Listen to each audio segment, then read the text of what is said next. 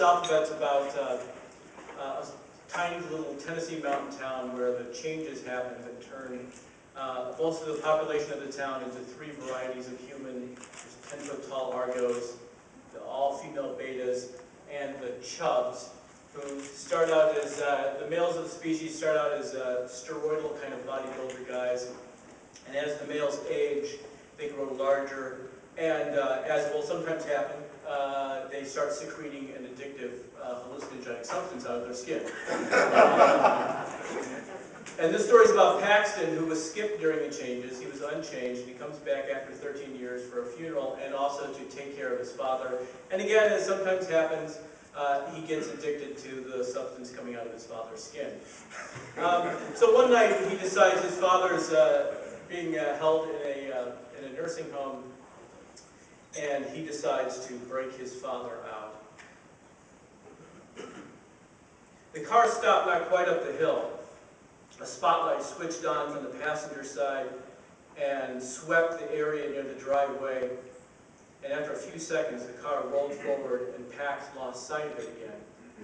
He rose to his hands and knees and started crawling to his left toward the driveway. A minute later, he could see the car again stopped in front of the gate. The stereo had switched off. The spotlight played over the grass near the wall. Pax dropped low and began crawling backwards. If he could climb down about 50 yards, he could cut across to his car and get the hell out of there. The light suddenly hit him in the face. Voices burst out in laughter. "Hey there, cuz!" someone called. The slope here was less extreme. Pax got to his feet, wincing into the light. He made his way back to the gate, supporting himself with one hand against the wall, his elbows still buzzed with pain. Two chub boys stood in front of a metallic green Toyota Camry. A couple chub girls were in the back. They laughed nervously. "Hi, Cleet," Pax said. He couldn't remember the name of the younger boy, the one holding the spotlight, something like Elvis. Or maybe he thought that just because of the sideburns. "What the hell are you doing here?" Cleet said. "You're liable to get shot sneaking around in the dark." "People might think you're a pervert," said the other one. Travis, that was his name. Pax reached the edge of the driveway. His hands were shaking and he felt ready to throw up. The girls in the back seat stared at him. "I'm just going to go home," Pax said. From this close, the boys smelled of vintage, but vintage with a strange tang to it, nothing like his father's scent. Cleet said, "Well, that's good. That's why they called us, to take you home before they shot your ass." Travis aimed that light into his face. "You know, it's kind of a last chance taxi service." Pax said, "Look, my car's right down there. I'll drive home. You can tell Rhonda." The punch seemed to come out of nowhere. Pax hit the ground. For a moment, he wasn't sure where he had been hit. "I have to ask you," Cleet said. He picked up Pax under his arms and lifted him easily.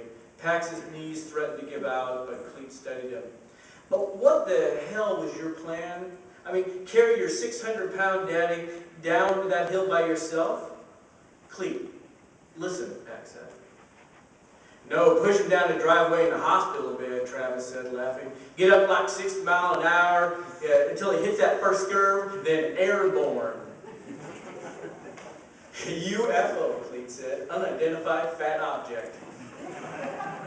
Inside the car, the chub girls whooped with laughter. Pax gripped Cleet's forearms. "Listen, I know people in Chicago. This is an incredible drug. You help me get him out, and I can help you. I'll help you sell it." "Really?" Cleet said. "That stuff really got to you, didn't it?" "UFO," Travis said, still laughing. "You killed me, man." Cleet said, "I gotta admit, your daddy makes some of the finest vintage I ever smelled. I'd love to try some on Doreen." "Look, Rhonda doesn't have to keep this all to herself," Pax said. "You could sell it." Cleet nodded. "I hear you, cuz. I hear you.